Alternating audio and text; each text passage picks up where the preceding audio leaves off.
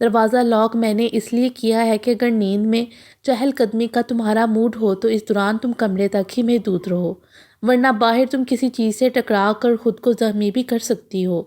اس کے فق چہرے کو دیکھتا وہ بولا تھا، اور اگر میں اس کمرے میں موجود ہوں تو اس لیے کہ مجھے یہاں موجود ہونے کا حق ہے، اور میں اسی حق کو استعمال کر رہا ہوں۔ سنجیدہ نظروں سے اسے دیکھتا وہ وارڈروب کی سمت گیا تھا۔ اگر تم نے اس کمرے سے نکلنے کی کوشش کی تو بس اتنا یاد رکھنا کہ میں اس گھر سے نکل جاؤں گا۔ شاید اس کے چہرے سے ہی وہ اس کے ارادے بھانپ گیا تھا، لہٰذا واش روم کی سمت جاتے جاتے اس کو تاکید کرنا نہیں بھولا تھا۔ دوسری جانب حق دک بیٹھی وہ واش روم کے بند دروازے کو دیکھتی رہ گئی تھی۔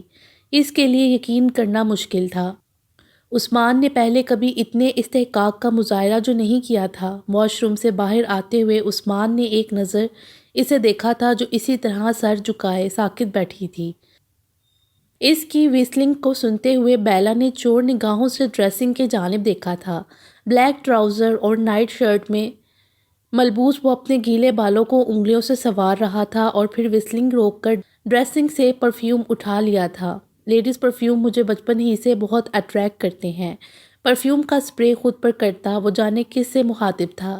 لائٹ آف کرنے سے پہلے اس نے نائٹ بلب آن کیا تھا اور پھر بیڈ کی سمت آیا تھا، جو کہ سر کے ساتھ بیلا کا دل دھڑکنا بھول چکا تھا، مگر اسے بالکل نظر انداز کیے عثمان نے اس کے پاس رکھا تکیہ اٹھا لیا تھا۔ وہ بامشکل سانس لے سکی تھی۔ تکیہ کارپیٹ پہ رکھتا وہ سونے کے لیے دراز ہو چکا تھا۔ Good night. یک دم وہ اس کی طرف متوجہ ہوا تھا جو سرائے سے نظریں چراتی بیڈ کے دوسرے کنارے پر جا کر کمبل سر تک تان گئی تھی۔ دھڑکنیں کسی طور قابو میں نہیں آ رہی تھیں۔ اپنی دھڑکنوں کو سنتے ہوئے جانے کب نیند اس پر غالب آ گئی تھی۔ آج ویکنڈ نائٹ شو تھا۔ عثمان پروگرام وقت پر شروع کرنے کے لیے اس کے انتظار میں تھا اور وہ مطمئن تھی کہ وقت سے پہلے وہ ریڈیو اسٹیشن پہنچ چکی ہے۔ تیزی سے سیڑھیاں وہ طے کرتی سیکنڈ فلور پر پہنچ گئی تھی جب اس نے اوپر سے آتے ہارون کو دیکھا تھا۔ رکے بغیر سنجیدگی سے سلام کرتا وہ سیڑھیاں اترتا چلا گیا تھا۔ آپ رکیں گے ذرا؟ حرمن کی پکار پر وہ رک کر متوجہ ہوا تھا اور اسے سیڑھیاں اترتے دیکھ کر خود ہی اوپر اس کے مقابل آ گیا تھا۔ خیریت سے ہیں آپ؟ اپنی حیرانی چھپائے وہ اس سے پوچھ رہا تھا۔ جی، اور آپ کیسے ہیں؟ کچھ جھجکتے ہوئے وہ اسے مزید حیران کر گئی تھی۔ الحمدللہ۔ آئیے میں آپ کو اوپر تک چھوڑ دیتا ہوں۔ نہیں، میں نے اس لیے آپ کو نہیں روکا تھا، وہ فوراً شرمندہ ہوتی بولی تھی۔ سوری، سیکنڈ اور تھرڈ فلور تک اس وقت سناٹا ہوتا ہے، لفٹ بھی خراب ہے، اس لیے مجھے ایسا لگا تھا۔ آپ کو کچھ کہنا تھا مجھ سے؟ بولتے ہوئے وہ آج بھی باغور اس کے سرخ رنگ کے سکارف میں قید چہرے کو دیکھنے سے خود کو روک نہیں سکا تھا۔ وہ دراصل میں آپ سے معذرت کرنا چاہ رہی تھی، میں نے بہت غلط طریقے سے آپ سے بات کی۔ کسی معذرت کی ضرورت نہیں، میں وہ سب بھول چکا ہوں، ہارون نے درمیان میں ہی اسے ٹوکا تھا۔ میں نے پہلی بار کسی مخلوط ادارے کو جوائن کیا ہے، زیادہ محتاط رہنے کی فکر میں آپ کے ساتھ بد تہذیبی کا مظاہرہ کر گئی تھی۔ آپ نے ایسا کچھ نہیں کیا، لہٰذا شرمندہ مت ہوں۔ میرے دل میں پہلے سے زیادہ آپ کے لیے عزت بڑھ چکی ہے۔ محتاط رہنا اچھی بات ہے، آپ نے کچھ غلط نہیں کیا۔ سنجیدہ سی مسکراہٹ کے ساتھ ہارون نے اسے تسلی دی تھی، جبکہ اس کا یہ انکساری حرمن کو اپنے سابقہ رویوں پر مزید شرمندہ کر گئی تھی۔ مجھے آپ سے کچھ کہنا تھا، اگر آپ کو جلدی نہ ہو تو۔ ہارون کے کہنے پر وہ سوالیہ نظروں سے اسے دیکھنے لگی تھی۔ میرا چھوٹا بھائی آپ کا اور عثمان کا فین ہے، آپ دونوں کا ویکنڈ شو وہ لازمی سنتا ہے۔ آج اس کا برتھ ڈے ہے اور اس نے مجھ سے فرمائش کی تھی کہ میں آپ سے کہوں کہ آج کے شو میں آپ اسے برتھ ڈے وش کریں۔ میں عثمان کو بھی اس کا یہ پیغام دے چکا ہوں، میں ضرور وش کروں گی۔ نام کیا ہے ان کا؟ حرمن نے مسکرا کر کہا تھا۔ اس کا نام ایبک ہے۔ ویسے میں آپ کو بتاؤں کہ میری مدر بھی آپ کو بے حد پسند کرتی ہیں۔ ریڈیو وہ میری وجہ سے سنتی تھیں، مگر اب وہ آپ کا کوئی بھی پروگرام مس نہیں کرتی ہیں۔ واقعی؟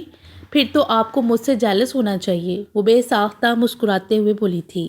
ہرگز نہیں، مگر مجھے ہونا تو چاہیے، وہ دھیرے سے ہنسا تھا۔ عثمان کو آپ کا انتظار ہوگا، مجھے اب جانا چاہیے، ہارون نے کہا تھا اور پھر فوراً ہی خدا حافظ کہتا سیڑھیاں اترتا چلا گیا تھا، جبکہ حرمن کا نظریہ اس کے بارے میں بالکل بدل گیا تھا کہ وہ ایک اچھا ریڈیو پریزنٹیٹر ہی نہیں، ایک اچھا انسان بھی ہے۔ اس سے بات کرتے ہوئے خرمن کو محسوس ہو رہا تھا کہ جیسے وہ صدیوں سے اسے جانتی ہے۔ جلا ہوا دل ہے میرا، بجھا ہوا ہے، دھواں دھواں بن کے رہنا میری سزا ہے۔ سنگر کی دلکش آواز یکدم مدھم پڑتی ایک انگلش نمبر کے تیز میوزک میں غائب ہو گئی تھی۔ بیک گراؤنڈ میوزک میں اس کی کھنکھناتی ہنسی بھی شامل ہو گئی تھی۔ خرمن، خدا کے لیے بیک گراؤنڈ چینج کر دو۔ عثمان کی آواز میں جھنجھلاہٹ تھی۔ ایسا بالکل نہیں ہوگا، ویکینڈ کا فارمیٹ ہے خوشی، انجوائمنٹ۔ میسیجز میں سب پوچھ رہے ہیں کہ آپ کے موڈ کو ہوا کیا ہے۔ خواتین زیادہ پریشان ہیں۔ بیک گراؤنڈ میوزک کی بلند ہوتی آواز کے ساتھ ایک بار پھر اس کی کھلکھلاہٹیں بکھری تھیں۔ کچھ ٹیکنیکل پرابلم کی وجہ سے کالز کا سلسلہ رک گیا تھا، مگر اب ہمارے انجینئر صاحب یہ پرابلم دور کر چکے ہیں۔ دھیمے ہوتے بیک گراؤنڈ کے ساتھ عثمان کی آواز ابھری تھی۔ پھر جلدی سے کال شامل کرتے ہیں اور سنتے ہیں آج کے ٹاپک کے بارے میں اپنے لسنرز کی رائے، خرمن نے کہا تھا۔ مجھے یقین ہے کہ اس کال میں بھی آپ سے یہی سوال کیا جائے گا کہ آپ کے بولنے کا انداز ہارون سے ملتا جلتا کیوں ہے۔ عثمان کا لہجہ مسکراتا ہوا تھا۔ اگر آج بھی یہ سلسلہ چلتا رہا تو میں یہ کہنے پر مجبور ہو جاؤں گی کہ ہارون مجھ سے کچھ زیادہ ہی امپریس ہیں اور وہ مجھے کاپی کرتے ہیں۔ وہ بے ساختہ ہنسی تھی۔ میں دعا کر رہا ہوں کہ ہارون اس وقت تمہارا یہ سٹیٹمنٹ سن رہے ہوں، عثمان نے کہا تھا۔ مجھے نہیں لگتا یہ پروگرام سننے کا سٹیمنا ان میں بچتا ہوگا، ہنستے ہوئے بولی تھی۔ ظاہر ہے اپنے پروگرام میں شادی کے پرپوزل لیتے لیتے وہ تھک بہت جاتے ہیں، عثمان نے کہا تھا۔ اب تو میں دعا کر رہی ہوں کہ ہارون پروگرام سن رہے ہوں، خرمن ہنسی تھی۔ کون ہے ہمارے ساتھ لائن پر؟ میری کال مل گئی، مجھے یقین نہیں آ رہا، میں کب سے ٹرائی کر رہا تھا۔ خرمن، مجھے لازمی آپ سے بات کرنی تھی۔ خرمن، اس کی لائن کاٹو، عثمان نے فوراً کہا تھا۔ نہیں نہیں عثمان بھائی، مجھے آپ سے بھی بات کرنی ہے۔ لڑکا گھڑبڑا اٹھا تھا۔ اپنا نام بتاؤ بیٹا، خرمن ہنسی روکتے ہوئے پوچھ رہی تھی۔ میں چھوٹا سا نہیں ہوں، آپ مجھے بیٹا مت کہیں، وہ لڑکا کھول کر بولا تھا۔ تم چھوٹے نہیں ہو مگر ان کا رتبہ بہت بڑا ہے، یہ میرے جیسے انسان کی روحانی استاد ہیں، اب تم خود ان کی عمر کا اندازہ لگا لو۔ عثمان، یہ کچھ زیادہ ہو رہا ہے۔ خرمن کے حشمگیر لہجے پر وہ ٹٹائی سے ہنسا تھا۔ میری لائن کٹ جائے گی، آپ دونوں میری طرف بھی دھیان دے لیں، کالر نے انہیں یاد دلایا تھا۔ جلدی سے اپنا نام بتاؤ ورنہ تمہاری لائن کاٹ دوں گا، عثمان نے پھر کالر کو ہلایا تھا۔ میں وہی ہوں جسے آپ نے اپنے شو کے سٹارٹ میں برتھ ڈے وش کی تھی۔ خدا نخواستہ تم ایبک تو نہیں ہو؟ عثمان نے پوچھا تھا۔ جی ہاں، میں ایبک ہی ہوں اور میں نے پہلی بار آپ کے شو میں کال کی ہے۔ میں آپ دونوں کا شکریہ ادا کرنا چاہتا ہوں کیونکہ آن ایئر آپ نے مجھے وش کر کے مجھے اور بھی خوش کر دیا ہے۔ ایبک، سانس لے لو اور ٹرین سے اتر کر بات کرو۔ اس کی سپیڈ پر خرمن ہنسی تھی۔ خرمن، میں آپ کی اتنی پیاری ہنسی کا بھی فین ہوں، کیا میں آپ سے ملنے ریڈیو اسٹیشن آ سکتا ہوں؟ عثمان بھائی سے تو میری ملاقات ہو چکی ہے، یہ تو بہت زیادہ ہینڈسم ہیں، ان کو تو ویسے بھی سب میگزینز میں دیکھ چکے ہیں، مگر میری خواہش ہے کہ میں آپ سے ملوں۔ ایبک، ہماری بھی سن لو بھائی، عثمان نے پھر اسے روکا تھا۔ خرمن، ضرور تم سے ملے گی مگر اس کے لیے ابھی تمہیں ایک کام کرنا ہوگا۔ میں کچھ بھی کرنے کے لیے تیار ہوں۔ عثمان، آپ اس کا جذبہ محسوس کر رہے ہیں؟ خرمن نے کہا تھا۔ ابھی سارے جذبے سامنے آ جائیں گے ایبک، تمہیں بس یہ کرنا ہے کہ خرمن کو 5 بار خرمن باجی کہہ کر پکارو۔ یہ تو بہت چھوٹا کام ہے، کوئی بڑا کام بتائیں۔ ایبک کے برجستہ کہنے پر خرمن بے ساختہ ہنسی تھی۔ بڑا کام کرنے کے لیے پہلے تمہیں بڑا ہونا پڑے گا۔ کتنے سال کے ہو گئے ہو؟ عثمان نے پوچھا تھا۔ آج 12 بجے کے بعد پورے 19 کا ہو جاؤں گا۔ 19 سالوں میں کتنی گرل فرینڈز بدلی ہیں تم نے؟ خرمن نے پوچھا تھا۔ میری ماما یہ شو سن رہی ہیں، ایبک کو فکر ہوئی تھی۔ یہ تو اور بھی اچھی بات ہے، خرمن ہنسی تھی۔ ایبک، تمہیں یہاں آ کر خرمن سے ملنا ہے تو بس ایک آسان سوال کا جواب دے دو، اور وہ یہ ہے کہ ہارون شادی کب کر رہے ہیں؟ عثمان نے کافی سنجیدگی سے پوچھا تھا۔ یہ تو انہی کو ہی پتہ ہوگا، تمہیں بھی تو پتہ رکھنا چاہیے، بڑے بھائی کی کوئی ذمہ داری تم پر بھی عائد ہوتی ہے، خرمن نے جیسے سمجھایا تھا۔ آپ ان سے بات کر لیں، وہ آپ کو سن رہے ہیں۔ ایبک کی اطلاع نے اسے دنگ کر دیا تھا۔ ہارون، آپ نے سنا خرمن آپ کے بارے میں کیا کہہ رہی ہیں؟ عثمان نے فوراً دامن بچانے کی کوشش کی تھی۔ میں حرمن کو بھی سن رہا ہوں اور تمہیں بھی۔ تم دونوں میرا ہیپی برتھ ڈے کیوں کر رہے ہو؟ ہارون کے کہنے پر وہ دونوں ہی ہنسے تھے۔ یقین کریں میں میسج دیکھ رہی ہوں اور سب یہی جاننا چاہتے ہیں کہ آپ شادی کب کر رہے ہیں، حرمن نے بتایا تھا۔ میرا خیال ہے کہ میرا بینڈ بجائے بغیر بھی آپ دونوں کا پروگرام زبردست جا رہا ہے۔ ہارون کے جواب پر وہ پھر کھلکھلائی تھی۔ ہارون، میں نے سنا ہے کہ آپ اپنے پروگرام میں حرمن کو کاپی کرتے ہیں۔ عثمان کے سوال پر وہ بے ساختہ ہنسا تھا۔ اگر تمہاری طرح میری روحانی استاد بھی حرمن ہوتی تو میں بغیر سوچے سمجھے یہ الزام قبول کر لیتا۔ میرا خیال ہے کہ کال طویل ہو رہی ہے، دوسرے کالرز انتظار کر رہے ہوں گے، ہارون نے یاد دلایا تھا۔ ہارون، بہت شکریہ کہ آپ ہمارا شو سن رہے ہیں۔ آپ جیسے سینئر کی حوصلہ افزائی ہمارے لیے باعث فخر ہے، حرمن نے سنجیدگی سے کہا تھا۔ میں اپنے لسنرز کو یہ بتا دوں کہ میں اور حرمن اگر ان ہارٹ سیٹ پر موجود مائک کو استعمال کرنے کے قابل ہوئے ہیں تو صرف ہارون کی حوصلہ افزائی کی وجہ سے، عثمان نے کہا تھا۔ بہت زیادہ کثر نفسی سے کام مت لو، تم دونوں جہاں ہو وہاں تک اپنی صلاحیت کی وجہ سے ہو۔ 2 منٹ ایبک کو دو، وہ کچھ بات کرنا چاہ رہا ہے، ہارون نے کہا تھا۔ عثمان بھائی، پروگرام کے اینڈ میں دوبارہ میرا نام لے کر وش کرنا ہے آپ دونوں نے، اور میرے فرینڈ نے آپ کے چوکیدار کو میری برتھ ڈے کا کیک دے دیا ہے۔ صرف کیک پر ترخا رہے ہو؟ عثمان نے گھڑکا تھا۔ اور بھی بہت کچھ ہے، کیک ضرور کھائیے گا۔ ایبک، تمہارا بہت شکریہ، مگر اتنی زحمت کیوں کی تم نے؟ حرمن نے کہا تھا۔ کیونکہ آپ دونوں نے مجھے وش کیا ہے۔ ایبک، ہارون کی برتھ ڈے کب آ رہی ہے؟ عثمان کے سوال پر حرمن بے ساختہ ہنسی تھی۔ مجھے زیادہ دیر تو نہیں ہوئی، فرنٹ سیٹ پر بیٹھتی وہ اس سے پوچھ رہی تھی جو بس اسے دیکھ کر رہ گیا تھا۔ پہلے ہی میری وجہ سے تم ڈسٹرب ہو گئے ہو اور اب تو ہفتے میں 3 دن مجھے شو کرنے ہوں گے، کچھ شرمندہ لہجے میں وہ بولی تھی۔ میں تمہاری وجہ سے کب ڈسٹرب نہیں ہوتا؟ مسکراتی نظر اس نے حرمن پر ڈالی تھی۔ کسی بات کے لیے پریشان مت ہو، تمہیں تو خوش ہونا چاہیے کہ تمہارے لسنرز تمہیں زیادہ سے زیادہ سننا چاہتے ہیں۔ عارش کے نرم لہجے پر وہ خاموش رہی تھی۔ پیچھے بھاگتے مناظر سے نظر ہٹا کر وہ عارش کی طرف متوجہ ہوئی تھی۔ کیا ہوا، کوئی مسئلہ، کوئی پریشانی ہے؟ حرمن کے سوال پر وہ حیران ہوا تھا۔ نہیں، مگر تمہیں ایسا کیوں لگا؟ تمہارے چہرے سے لگ رہا ہے خاموش بھی ہو کچھ۔ حرمن کی جانچتی نظروں پر وہ اس سے نظر نہیں ملا سکا تھا کہ واقعی وہ الجھن میں تھا۔ اسے سلجھانے کی کوشش میں بھی لگا تھا مگر کوئی سرا ہاتھ نہیں لگ رہا تھا، لیکن وہ حیران ضرور تھا کہ حرمن نے کب سے اس کے چہرے کو پڑھنا شروع کر دیا، اور یہ کہ وہ کب سے اس کی خاموشی کی پرواہ کرنے لگی ہے۔ اتنی اہمیت تو اسے کبھی حرمن سے نہیں ملی تھی۔ شاید تمہیں وہم ہوا ہے، ورنہ ایسا تو کچھ نہیں ہے، عارش نے اسے ٹالا تھا۔ کچھ کھانے کا دل چاہ رہا ہے تو ابھی بتا دو، ویسے بھی تم نے رات کا کھانا نہیں کھایا تھا اور میں تمہارے ساتھ کھانا کھانے کا ارادہ رکھتا تھا۔ گھر میں کھانا تیار رکھا ہے، اس کے علاوہ کیا کھاؤں؟ رہنے دو، وہ بولی تھی۔ میں جانتا ہوں کہ تم خود کفیل ہو چکی ہو، مگر کبھی کبھی تو مجھ سے کوئی فرمائش پوری کروایا کرو، وہ کچھ ناراضگی سے بولا تھا۔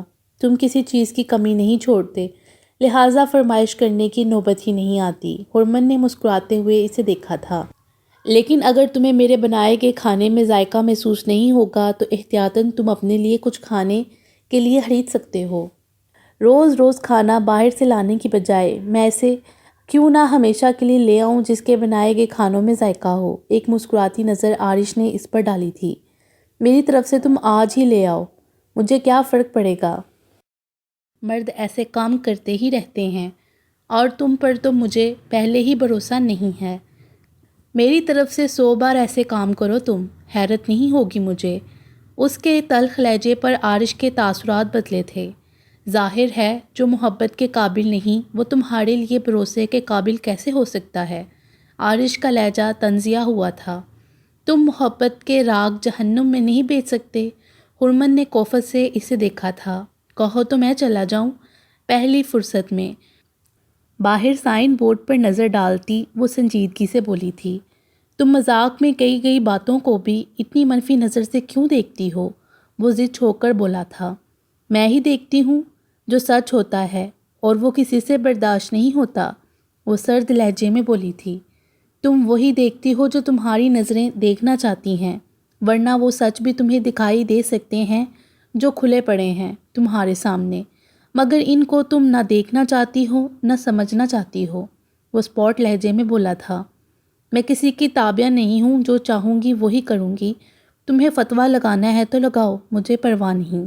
اس کے نحوت بڑے لہجے پر وہ بمشکل خود کو کچھ کہنے سے روک سکا تھا، کیونکہ وہ نہیں چاہتا تھا کہ اصلاح حاصل بحث کو لے کر وہ اپنے اور اس کے تعلقات کو ڈسٹرب کرے۔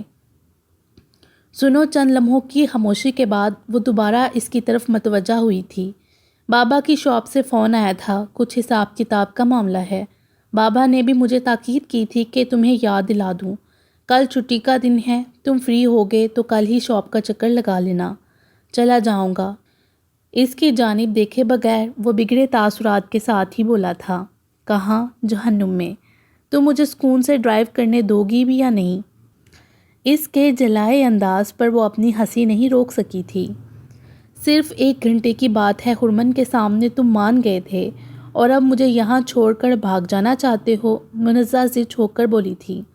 ہرمن کے سامنے میں اس لیے انکار نہیں کر سکا کیونکہ مجھے اس سے بہت ڈر لگتا ہے، بس یہی سننا چاہتی تھی تم؟ عارش نے حشمگیر نظروں سے اسے دیکھا تھا۔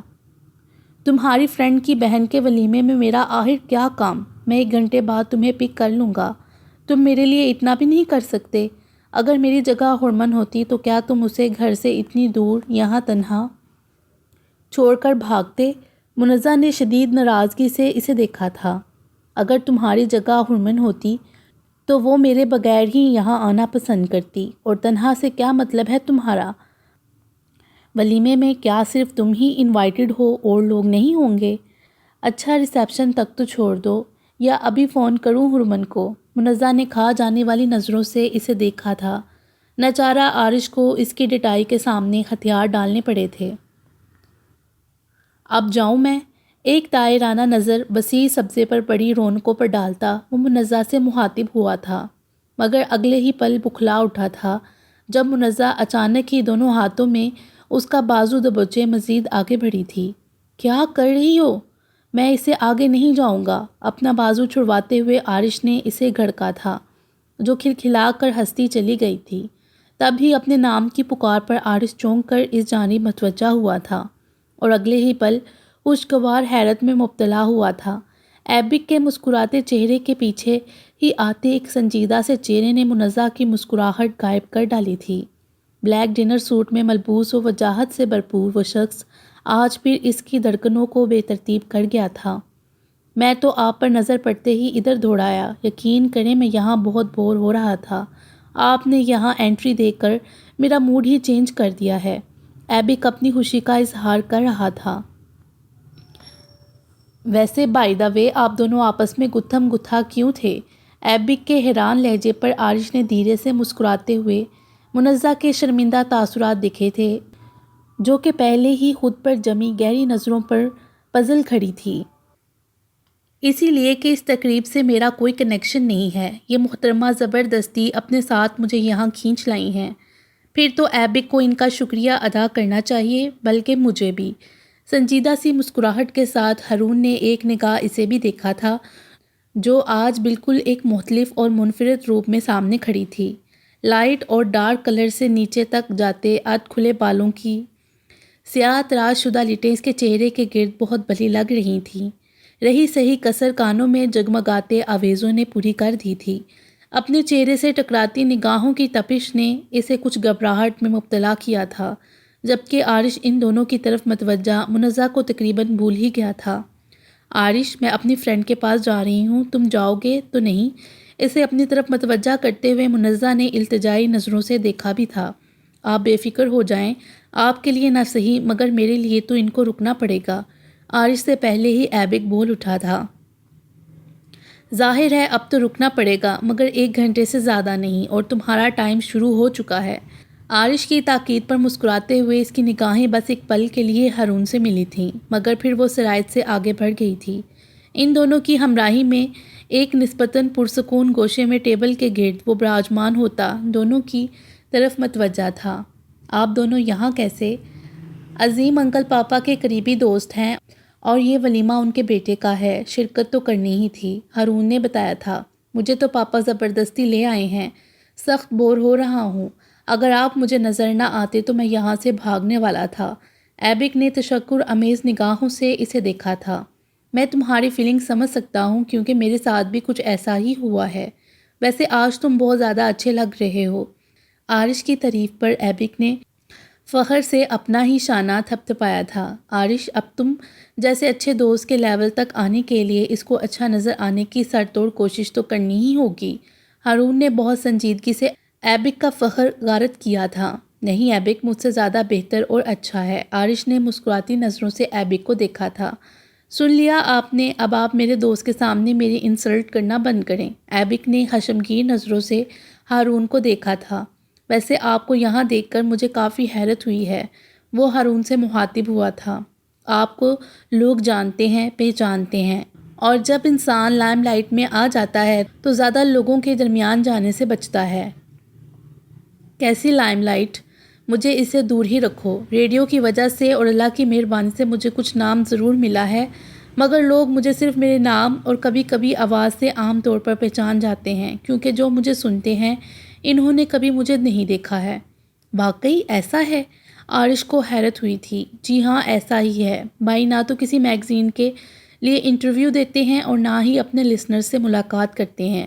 ایبک نے اس کے معلومات میں اضافہ کیا تھا۔ مگر مزے کی بات یہ ہے کہ لوگ اتنا ہی ان کو جانتے اور دیکھنے کے لیے بےتاب ہیں، خاص طور پر گرلز۔ ایبک نے شرارتی نظروں سے ہارون کو دیکھا تھا۔ میں ایبک کی تائید کروں گا کیونکہ میں نے جب آپ کا پروگرام سنا تھا وہ تمام کالز خواتین کی ہی تھیں۔ عارش کے مسکراتے لہجے پر وہ دھیرے سے ہنسا تھا۔ ہاں یہ الزام تو مجھ پر ہے، لیکن اب میں کیا کر سکتا ہوں؟ کالز لیتے وقت مجھے بھی پتہ نہیں ہوتا کہ دوسری جانب کون ہوگا، اور میں اپنے تمام کالرز کی بہت عزت کرتا ہوں، مگر پرسنلی ان سے ملنا میرے لیے ذرا مشکل ہے۔ اپنی صفائی دیتے ہوئے ہارون نے کہا تھا۔ آپ کے فادر یہی ہیں؟ بالآخر یہ سوال کرنے سے عارش خود کو روک نہیں سکا تھا۔ ظاہر ہے ان کی یہاں موجودگی لازم ہے۔ وہ عازم انکل کے ساتھ ہی ہوں گے۔ ہارون نے ارد گرد بکھرے لوگوں پر نظر بھی ڈالی تھی۔ عارش پاپا تو آپ سے ملنا چاہتے ہیں، آپ ملیں گے ان سے؟ ایبک نے پوچھا تھا۔ ہاں ضرور، کیوں نہیں؟ عارش نے فوراً کہا تھا کہ قدرت کی طرف سے اسے ایک اور راستہ مل رہا تھا اور وہ اسے کسی بھی صورت ضائع نہیں کر سکتا تھا۔ کل مجھے بالکل وقت نہیں ملا تھا، مگر تم نے بھی مجھے کال نہیں کی۔ تم کہاں مصروف تھے؟ عارش نے ایبک سے شکایت کی تھی۔ ڈے نائٹ میچز کے علاوہ ان کی کیا مصروفیات ہو سکتی ہیں؟ ہارون نے درمیان میں کہا تھا۔ رات میں آپ کو کال کرنا چاہ رہا تھا، مگر یاد آیا کہ آپ تو سو چکے ہوں گے۔ مجھے سمجھ نہیں آتا کہ آپ اتنی جلدی کیسے سو جاتے ہیں؟ ایبک نے کچھ حیرت سے پوچھا تھا۔ اب تم اسے میری کمزوری کہو یا عادت کہ نیند مجھ پر جلدی مہربان ہو جاتی ہے۔ زیادہ رات تک جاگنا میرے لیے مشکل ہوتا ہے۔ مجھے تو یہ سمجھ نہیں آتا کہ لوگ رات بھر جاگ کر موویز کیسے دیکھ لیتے ہیں یا مطالعہ کیسے کر لیتے ہیں۔ میں تو اس بارے میں سوچ کر ہی پریشان ہو جاتا ہوں، عارش نے کہا تھا۔ آپ کو کیا لگتا ہے لوگ صرف موویز اور مطالعہ کے لیے ہی رات بھر جاگ سکتے ہیں؟ شرارتی نظروں سے عارش کے حیران چہرے کو دیکھتا وہ ہنسا تھا۔ ایبک، تمیز کے دائرے میں رہا کرو، تم حد سے زیادہ منہ پھٹ ہوتے جا رہے ہو۔ ہارون نے ناگواری سے اسے ڈپٹا تھا جو اپنی ہنسی روکنے کی کوشش میں تھا۔ ہلکی پھلکی باتوں کے درمیان وقت گزرنے کا پتہ ہی نہیں چلا تھا۔ 1 گھنٹہ گزر چکا ہے، مجھے اب جانا ہوگا، رسٹ واچ میں وقت دیکھتے ہوئے عارش نے کہا تھا۔ ایبک، تم مجھے کسی سے ملوانا چاہتے تھے؟ جی ہاں، میں پاپا کو ہی دیکھنے کی کوشش کر رہا ہوں، مگر وہ تو ہمیں یہاں چھوڑ کر بھول ہی گئے ہیں۔ بولتے ہوئے ایبک نے متلاشی نظروں سے ارد گرد دیکھا تھا۔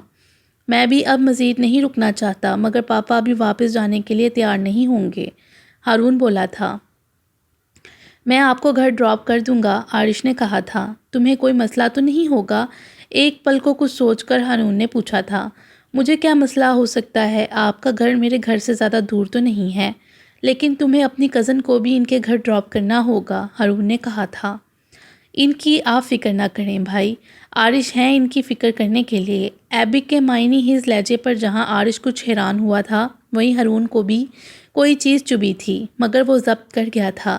آپ دونوں چلے جائیں گے تو میں کیا کروں گا یہاں؟ مجھے بھی ساتھ لے چلیں، ایبک بیزار ہو کر بولا تھا۔ نہیں، پاپا ناراض ہوں گے، کم از کم تم تو ان کے ساتھ رکو، ہارون کی تاکید پر وہ اسے دیکھ کر رہ گیا تھا۔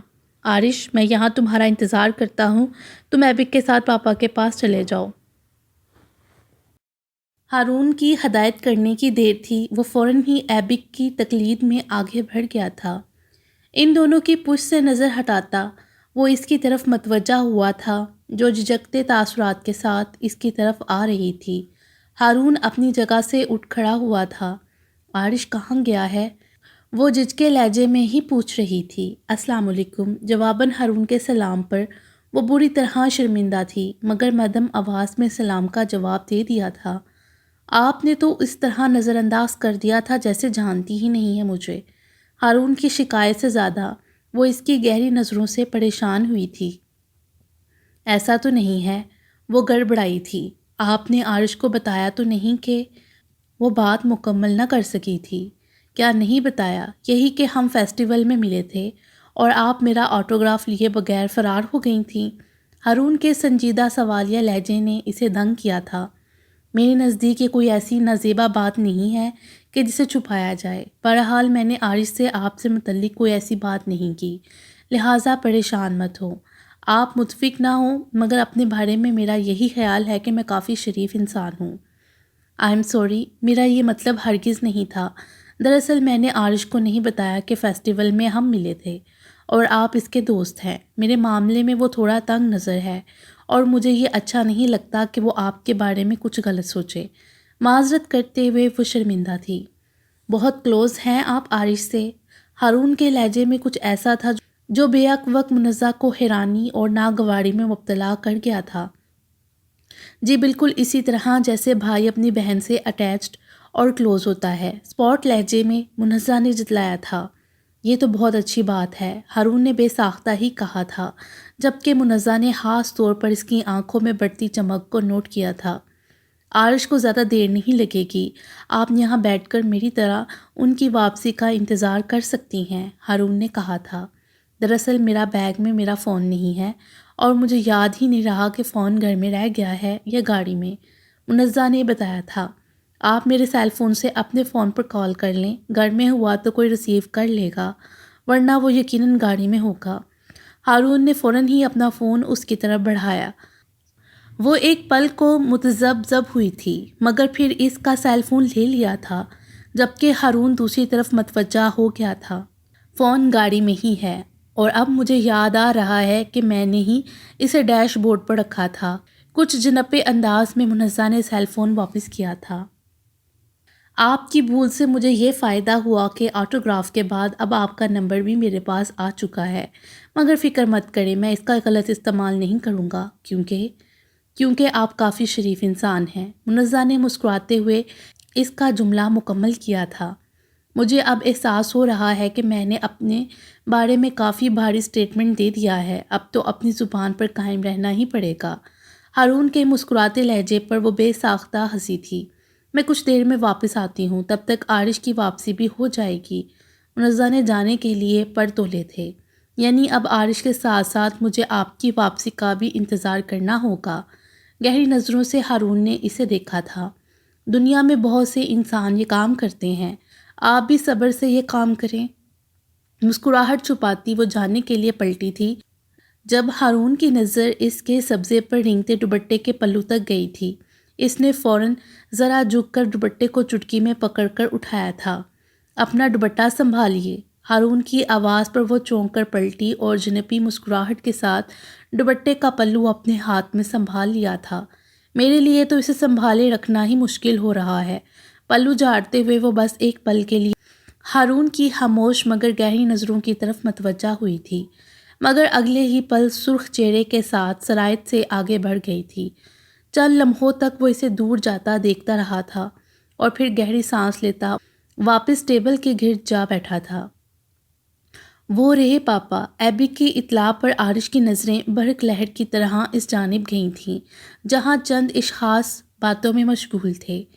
آپ یہیں رکیں، میں پاپا کو ساتھ لے کر آتا ہوں، ایبک اسے تاکید کرتا گیا تھا۔ عارش کی نظریں ان کی پشت پر ہی تھیں جن کے قریب ایبک پہنچ چکا تھا۔ ایبک کی بات سنتے ہوئے وہ عارش کی طرف متوجہ ہوئے تھے، جس کے دل میں یکدم ہی ایک ہیجان سا اٹھا تھا۔ وہ اپنی نظریں ان پر سے ہٹا نہیں سکا جو اب ایبک کے ساتھ اس کی جانب بڑھ رہے تھے۔ سیاہ سفاری سوٹ میں ملبوس وہ پروقار اور مرغوب کر دینے والی صلاحیتوں کے حامل نظر آ رہے تھے۔ جس وقت وہ قریب آئے عارش کی دھڑکنیں ساکن ہونے لگی تھیں۔ عارش، یہ ہیں میرے پاپا، اور پاپا ان کے بارے میں تو آپ کو میں بتا چکا ہوں، ایبک نے مسکراتے ہوئے تعارف کروایا تھا، جبکہ عارش کسی ٹرانس سے نکلا تھا۔ تم سے مل کر خوشی ہوئی عارش، گرم جوشی سے مصافحہ کرتے وہ بولے تھے۔ ایبک تمہارا بہت ذکر کرتا ہے، تمہارے بارے میں اس سے اتنا کچھ سن چکا ہوں کہ لگتا نہیں کہ تم سے پہلی بار ملاقات ہو رہی ہے۔ ان کے روبدار مگر پرخلوص لہجے پر عارش بامشکل ہی مسکرایا تھا۔ مجھے بھی آپ سے مل کر اچھا لگا، میں دوبارہ بھی ضرور آپ سے ملنا چاہوں گا۔ باغور ان کی آنکھوں کو دیکھتا وہ بے اختیار بول گیا تھا۔ پاپا یہ موقع اچھا ہے، عارش کو گھر پر انوائٹ کر لیں، کیونکہ میرے کہنے پر تو یہ اب تک تشریف لائے نہیں، ایبک نے کہا تھا۔ تم کیسے دوست ہو جو اب تک اپنی بات نہیں منوا سکے؟ حشام قزلباش نے مسکراتے ہوئے بیٹے کو گڑکا تھا۔ عارش، اگر تمہارے پاس کل شام وقت ہے تو چائے پر ہماری طرف ہی آ جاؤ، پھر اطمینان سے باتیں ہوں گی۔ اس تکلف کی ضرورت نہیں ہے، میں خود حاضر ہو جاؤں گا اور بہت جلد۔ بیٹا، یہ تکلف نہیں، خلوص اور محبت ہے۔ میں جانتا ہوں اور مجھے ان جذبوں کی بہت قدر ہے۔ سنجیدہ سی مسکراہٹ کے ساتھ وہ بولا تھا۔ عارش، میرے دوستوں میں سے واحد ایک آپ ہیں جو کہ پاپا کے نزدیک ناپسندیدہ قرار نہیں دیے گئے۔ آپ ان کا انویٹیشن مس نہ کریں، میں صبر نہیں کر سکتا۔ ایبک بضد تھا۔ مگر پھر بھی ہمیں صبر کرنا پڑتا ہے، ان کے لیے بھی جو ہم سے کھو جاتے ہیں یا جن کو ہم خود چھوڑ دینے پر مجبور ہو جاتے ہیں۔ صبر کرنے سے زندگی رکتی نہیں ہے، سب کچھ مل ہی تو جاتا ہے۔ سنجیدہ سی مسکراہٹ کے ساتھ بولتا وہ حشام قزلباش کو چونکا گیا تھا۔ آپ کا کیا خیال ہے؟ عارش نے یکدم ان سے پوچھا تھا۔ تم نے ٹھیک کہا، صبر زندگی کے سفر کو روک نہیں سکتا، سب کچھ مکمل رہتا ہے، مگر صبر کرنے والوں کے لیے نہیں، مکمل صرف نظر آتا ہے۔ وہ سنجیدہ سی مسکراہٹ کے ساتھ بولے تھے۔ آپ دونوں گفتگو کو کہاں اتنے سنجیدہ رخ پر لے گئے پاپا؟ آپ گھر پر عارش کے ساتھ کسی خشک موضوع پر ڈسکشن شروع مت کیجیے گا، ورنہ میرا بی پی لو ہو جائے گا، ایبک نے مسکراتے ہوئے کہا تھا۔ عارش، جب مناسب لگے گھر ضرور آنا، وقت نکال کر۔ ایبک کی طرح مجھے بھی تمہارا انتظار رہے گا۔ بغور عارش کو دیکھتے وہ بولے تھے۔ مجھے امید ہے کہ آپ کو زیادہ انتظار نہیں کرنا پڑے گا۔ آپ کا انتظار میرے لیے اعزاز ہے، جسے میں کچھ دن تک اپنے پاس رکھنا چاہتا ہوں۔ اس کے پراعتماد لہجے پر حشام مسکرائے تھے۔ تیزی سے پیچھے جاتے مناظر کو گنتے ہوئے وہ بیک سیٹ پر موجود ان دونوں کو بھی سن رہی تھی جو آپس میں باتوں میں مشغول تھے۔ ہارون، آپ کی فیملی کتنے عرصے سے اس شہر میں ہے؟ عارش کے سوال نے اسے چونکایا تھا۔ تم یہ کیسے جانتے ہو کہ میں اور میری فیملی ہمیشہ سے یہاں نہیں ہے؟ ہارون کے سوال پر وہ بس ایک پل کے لیے گڑبڑا سا گیا تھا۔ ایبک سے اس بارے میں تھوڑا بہت معلوم ہوا تھا، عارش نے سادہ سے لہجے میں بتایا تھا۔ تقریباً 12 سال پہلے ہم یہاں مستقل طور پر آ گئے تھے۔ پاپا جاب ترک کر کے اپنا بزنس شروع کرنا چاہتے تھے۔ یہاں ان کے لیے بہتر مواقع تھے۔ انہوں نے چھوٹے پیمانے پر لیدر گڈز کا کام شروع کیا جو کہ پھیلتا چلا گیا۔ تم کبھی فیکٹری کے وزٹ پر آؤ، مختصر بتاتے ہوئے ہارون نے دعوت بھی دی تھی۔ میں ضرور آنا چاہوں گا۔ آپ اپنے فادر کے ساتھ یہ بزنس سنبھالتے ہیں؟ ہاں، میں ان کے ساتھ ہی ہوتا ہوں۔ میری یہی کوشش ہوتی ہے کہ اب ان پر کام کا زیادہ پریشر نہ ہو، حالانکہ وہ کافی مضبوط اعصاب کے مالک ہیں، ہارون نے کہا تھا۔ وہ بہت ینگ بھی دکھائی دیتے ہیں، مجھے ان کی شخصیت نے بہت متاثر کیا ہے، عارش نے پوری سچائی سے کہا تھا۔ عارش، میں جانتا ہوں کافی ٹائم ہو چکا ہے، لیکن اگر کچھ دیر کے لیے میرے گھر آؤ گے تو مجھے اچھا لگے گا۔ سفید آہنی گیٹ کے سامنے گاڑی رکی تھی جب ہارون نے کہا تھا۔ کچھ دیر کے لیے نہیں، میں آپ کے گھر بہت دیر کے لیے بھی آؤں گا، مگر اس وقت مجھے آپ سے معذرت کرنی پڑے گی، عارش نے کہا تھا۔ کوئی بات نہیں، اس وقت تمہیں بخش دیتا ہوں، ہلکی سی مسکراہٹ کے ساتھ بولتا وہ فرنٹ سیٹ سے اتر گیا تھا۔ منزہ آگے آ جاؤ، عارش کی ہدایت پر وہ بیک سیٹ سے نکل آئی تھی۔ پیچھے ہٹتے ہوئے ہارون نے فرنٹ سیٹ کا ڈور اس کے لیے مزید کھول دیا تھا۔ اس کی مسکراتی نظروں پر کچھ جنپتے ہوئے وہ فرنٹ سیٹ پر جا بیٹھی تھی۔ مجھے بحفاظت بخیر و عافیت گھر تک پہنچانے کا شکریہ عارش۔ فرنٹ ڈور بند کر کے وہ عارش سے مخاطب ہوا تھا، جبکہ منزہ بمشکل امٹتی ہنسی کو لبوں تک روک سکی تھی۔ زبردستی تمہارے ساتھ بیگانی تقریب میں پہنچ جانے کی مصلحت اب مجھے سمجھ آ رہی ہے۔ عارش کے سنجیدہ لہجے پر وہ حیران ہوئی تھی۔ میں سمجھی نہیں۔ ڈیش بورڈ سے اپنا فون اٹھاتی وہ بولی تھی۔ پہلے مجھے سمجھنے دو، پھر شاید میں تمہیں بھی سمجھانے کے قابل ہو جاؤں۔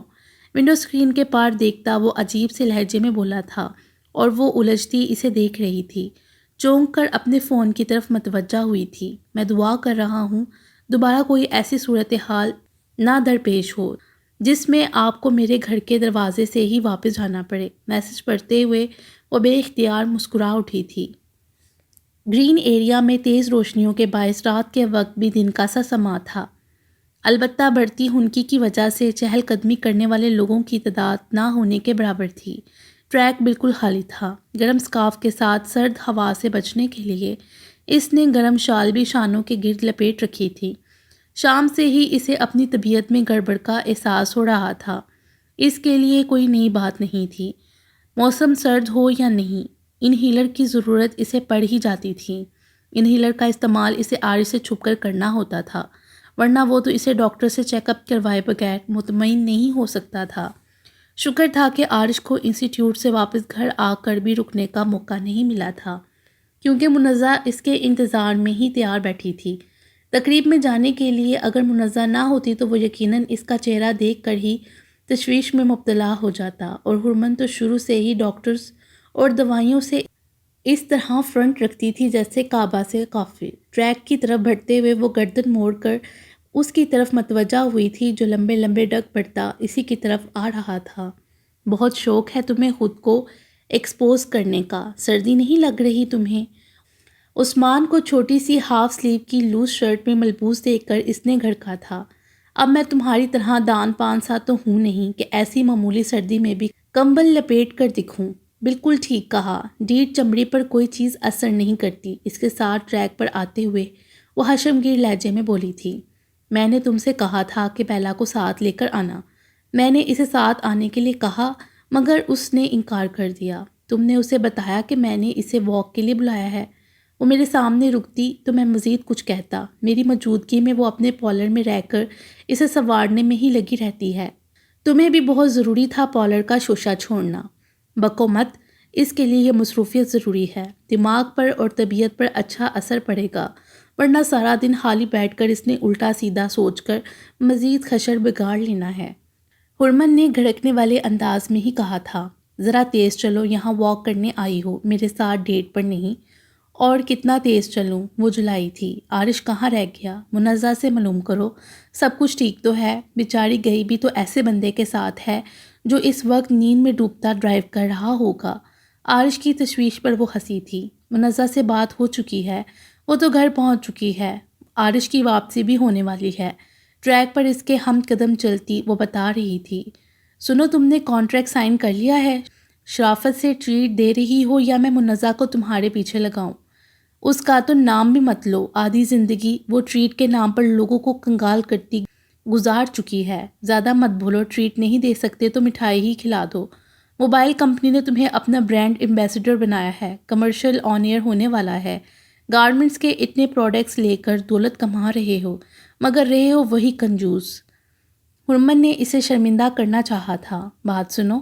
بات سنو، جس جگہ تم مجھے لے آئی ہو یہاں اپنا ذاتی اپارٹمنٹ خریدنے کے لیے اگلے 5 سال میں بھی میں جتنی دولت کما لوں وہ اونٹ کے منہ میں زیرے کے برابر ہی ہوگی۔ تمہارے شوہر کا معاملہ الگ ہے، اس کی زندگی میں جو ہیں وہ اسے اچھی طرح سپورٹ دے رہے ہیں، جبکہ مجھے تو میرے اپنے خود سے کاٹ کر الگ پھینک چکے ہیں۔ وہ تلخ لہجے میں بولا تھا۔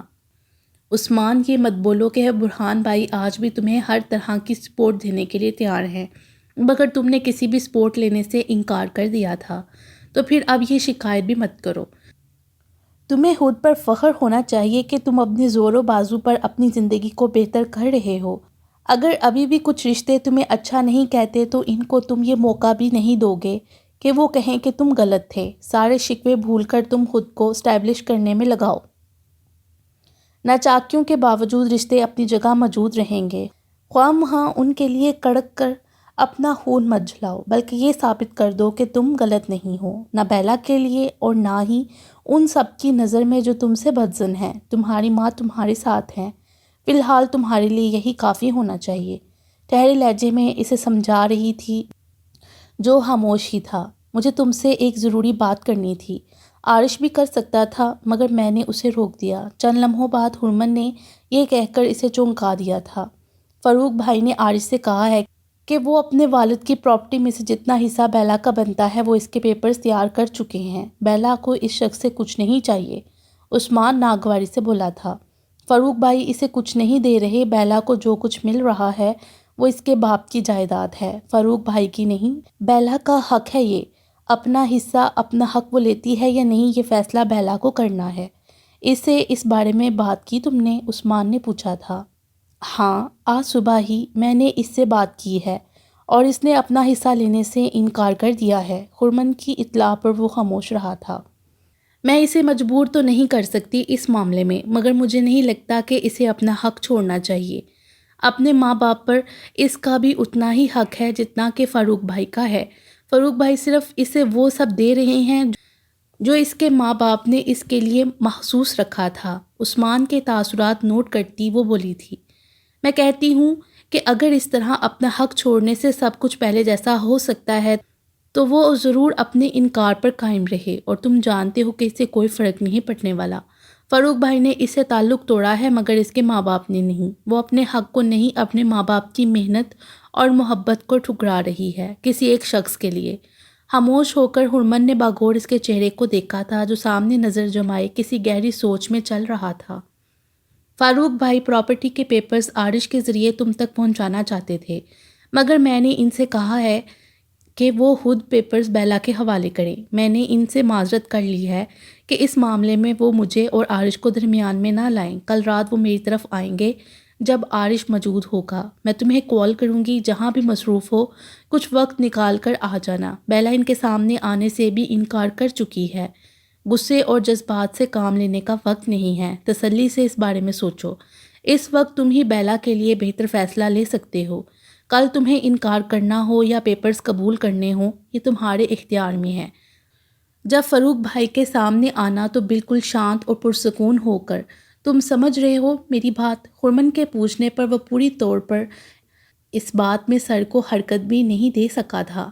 گہری سانس لیتے ہوئے ہرمن کی نظر گیٹ سے برآمد ہوتی سوئک تک گئی تھی۔ عارش آ گیا ہے، چلو اب چلنا چاہیے، عثمان سنجیدگی سے بولتا اس کے ساتھ ہی ٹریک سے اتر گیا تھا۔ پارکنگ ایریا سے وہ سیدھا ان دونوں کی طرف آ گیا تھا جو اسی کے انتظار میں ہی رکے تھے۔ بیلا کہاں ہے؟ قریب آتے ہی عارش نے سوال کیا تھا۔ اگر عثمان یہاں ہے تو ظاہر ہے بیلا کی یہاں موجودگی ناممکن ہے۔ مسکراہٹ چھپاتے ہوئے ہرمن نے عثمان کو بھی دیکھا تھا۔ تم دونوں کے درمیان کب تک یہ چپکلش جاری رہے گی؟ معافی کیوں نہیں مانگتے اس سے؟ عارش نے کہا تھا۔ میں کتنی بار اس سے معافی مانگوں؟ تم کہو تو اس کے پاؤں میں بھی سر رکھ کر معافی مانگ لیتا ہوں۔ عثمان بگڑے تاثرات کے ساتھ بولا تھا۔ جو کچھ تم نے کیا ہے اس کے بعد تمہارے لیے یہی کرنا مناسب ہے۔ ناگوار نظروں سے عثمان کو دیکھتی وہ عارش کی طرف متوجہ ہوئی تھی۔ میں 2 منٹ میں ذرا دیکھ آؤں بیلا کو، پھر چلتے ہیں۔ اسے رکنے کا اشارہ کرتی وہ آگے بڑھ گئی تھی۔ ابھی میری بات غور سے سنو۔ دور ہوتی ہرمن سے نظر ہٹاتا وہ عثمان سے مخاطب ہوا تھا۔ ہم نے جو سیکرٹ انویسٹیگیشن شروع کی تھی اس سلسلے کو کچھ عرصے کے لیے روک دو۔ جو ذرائع تم استعمال کر رہے تھے ان سے بالکل الگ ہو جاؤ۔ عارش کے مدھم لہجے نے اسے چونکایا تھا۔ ہارون سے ملاقات ہوئی تھی۔ باتوں باتوں میں نے ان سے جو چند سوالات کیے تھے انہیں سن کر وہ جس طرح چونک رہے تھے مجھے یہ شک ہے کہ ان کے علم میں یہ بات آ گئی ہے کہ ان کے بیک گراؤنڈ کے بارے میں کوئی غیر متعلقہ شخص معلومات لیتا رہا ہے۔ آج ہارون کے علاوہ بھی جس شخصیت سے میں مل چکا ہوں اس نے مجھے عجیب شش و پیج میں مبتلا کر دیا ہے۔ سب کچھ سلجھانے کی کوشش میں پتہ نہیں میں مزید الجھ رہا ہوں یا مجھے خوف ہے کہ یہ سب کچھ لا حاصل نہ ہو، اور میں ایسا نہیں چاہتا۔ ایسا نہ ہو کہ آدھا راستہ طے کرنے کے بعد مجھے مایوسی کا سامنا ہو۔ وہ شدید اضطراب میں مبتلا ہو رہا تھا۔ مایوس مت ہو، میں جانتا ہوں کہ اتنی تنگ و دو کے باوجود ہمیں کچھ خاص کامیابی حاصل نہیں ہوئی ہے، مگر جو یقین تمہیں پہلے دن سے ہوا ہے اور جو بھروسہ تمہیں خدا پر ہے وہ تمہیں مایوسی سے نہیں نوازے گا۔ وقت آنے پر الجھن بھی سلجھ جائے گی، کوئی نہ کوئی مصلحت تو موجود ہے جو تمہیں قدرت نے اس گمبھیر اور ناقابل یقین حالات میں جکڑا ہے۔ تمہیں بہت صبر و تحمل سے کام لینا ہوگا کیونکہ یہ حالات بہت نازک بھی ہیں۔